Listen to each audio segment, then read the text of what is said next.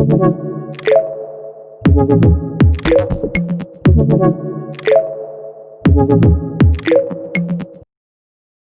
everyone, dear journalists and guests. Welcome to the last News Impact Summit online in 2020, dedicated to all things data. I'm Vera from the European Journalism Center, and I'm here with Adam, the director of the European Journalism Center. Our colleagues Charlie and Angela are also on deck today to welcome our speakers later and to interact with you in the live chat.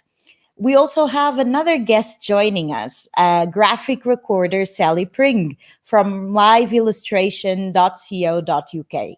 We'll be talking about data visualization, so we were curious to see what our own summit looks like if captured in a drawing. Hi, Sally. Hi, how are you doing? Nice to meet you. I'm looking forward to the session today. I'm just going to flip my camera over to my canvas. Yeah. And that's what I'll be filling up that canvas for the rest of today. So keep taking a peek. Looking great. We will be sharing the experience with all of you during the event. So it's been a month since we last saw each other for News Impact Audio. And now we're back with NIS data. And we're back after a month during which we witnessed a boom of fantastic data journalism around the world, much thanks to the second wave of COVID-19 in Europe and the US elections. In this summit, we will talk about how we can leverage our data journalism to regain the trust of our readers. This will take us on a 3-day marathon of talks and discussions to showcase some of the best data journalism work produced this year. There will be 30 speakers from Europe and beyond who will lead 20 sessions on how we can use data to counter misinformation and disinformation, cover social justice, elections, gender, healthcare, and the economic and human impact of COVID-19. Adam, I'm very happy that you are joining me today. Welcome to NIS Data. Morning, Vera, and welcome everyone. My name is Adam. I am the director of the European Journalism Center. It's my pleasure to welcome you to the last News Impact Summit of 2020.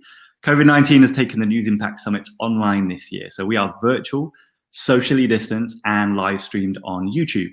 So don't forget to hit the like button down there and subscribe to our channel to receive a notification when the event starts tomorrow and on Thursday. We have had close to 2,000 registrations for today's summit, and 800 participants attended our previous summits on audio and audience. Thank you all so much for giving us your precious time. We are live streaming this over on the homepage of datajournalism.com too. That's an EJC project, and that community now has 15,000 members, and we exceeded 1 million page views this year. It's going from strength to strength and contains all sorts of amazing resources. Check it out for our latest verification handbook, which is now available in English, Turkish, and Arabic, with more translations on the way. Now, as those of you who follow me on Twitter know, data is a topic close to my heart, and I couldn't be more excited about the lineup that Vera and the team have put together. Of course, we're going to be hearing from some incredible data journalists over the next 3 days, but we're also going to be going beyond visualization and storytelling to look at the use of data in new journalism products with people like Julia Angwin of The Markup. We're going to be looking at data and racism with Richard Green of CNN, and we will dive deep into trust, transparency, and public data with a superstar panel of European experts. There are also breakout workshops that you can join over the next 3 days in 3 languages and much, much more. Vera, I can't wait to get started. Yes, indeed. This is set to be a great data ride. So just before we start, I would like to thank our sponsor and partner, the Google News Initiative, for making this summit possible. This is summit number 32 in 6 years, summit number 3 online. And we have a guest joining us from the Google News Initiative today, who has accompanied this journey since the summits were created and who would like to say a few words to all of you. So now with us is David Dieudonné, who is the News Lab lead at Google for France, Italy, and Spain. Hi, David. How are you today? Very good, Vera. Thank you so much. Good morning, everyone. So my name is Dieudonné, and I'm leading the News Lab at Google for France, Italy, and Spain. As you may know, the News Lab team is embedded with the broader Google News Initiative framework, and it works with newsrooms and media entrepreneurs across the world to drive innovation in journalism through training first, but also partnerships to tackle misinformation, and programs to help create a more inclusive media ecosystem. In a nutshell, the Google News Initiative is our effort to work with the news industry to help journalism thrive in the digital age. So we are proud to sponsor this event in its 6th year, as Vera mentioned. Unfortunately, the situation doesn't allow us to be together in person this year. So it's even more important to us to create a way for you all to come together. I'm delighted to be connected with all of you, and I'm sending greetings from my home in Paris to yours. At this summit, as Adam mentioned, we'll focus on data journalism, introducing you to the experts who've been powering some of the most successful data-driven stories recently, but also to the tools they have used. On a personal level, I'm super excited to hearing tomorrow about Transparency CHU, an investigation about the French health system by Data Plus Local, a team of French local data journalists have had the privilege to work with and support since its launch in 2017. On top of that, I'm very much looking forward to hearing from Clara Atene, the Google News Lab's former teaching fellow in Italy, who is going to give a talk about the human side of data through the COVID-19 example, and it's also on Wednesday. But there are so many other amazing speakers that I'm looking forward to hear from. And before closing these remarks, I'd like to thank DEJC for putting together such an amazing program, all the other partners who helped make this event possible, and of course, all these speakers I mentioned, and we're going to see over the next 3 days. Thank you so much, and over to you. Thanks, David. Thank you for that message, and nice to see you have a well-stocked bookshelf there. Thank you for joining us today, and thank you for all the work that you and your team have done to support getting this summit off the ground.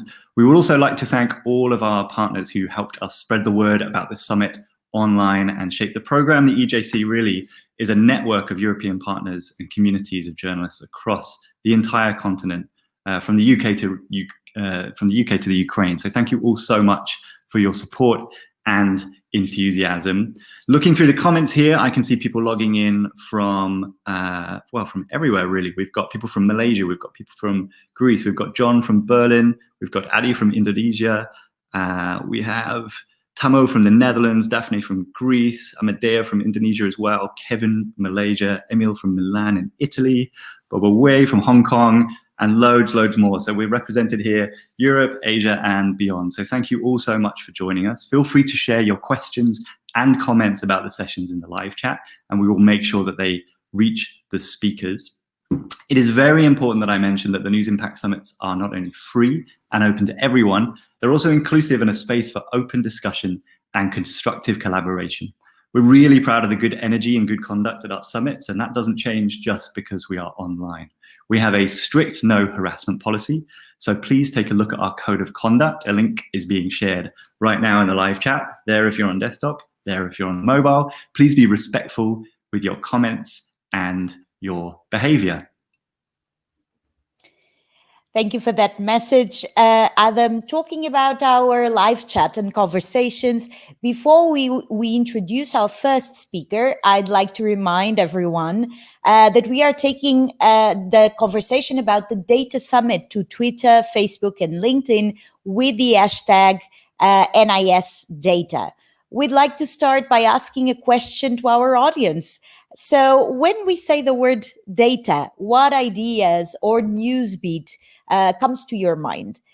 Besides COVID-19 and elections, of course, those two are kind of obvious. So please share your suggestions in the live chat.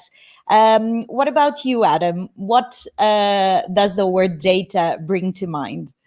Yeah, well, when it comes to journalism, of course, you mentioned politics, and I'm a total data nerd, and especially a politics nerd. So I've been absolutely glued to all forms of data before, during, and after the US elections, of course. But what I'm really interested to see is how the European journalists can step up their game for things like the German election next year. But I think when I think about data, I really think about football, actually. I'm a massive football fan. I'm an Arsenal fan, which is not a great deal of fun at the moment.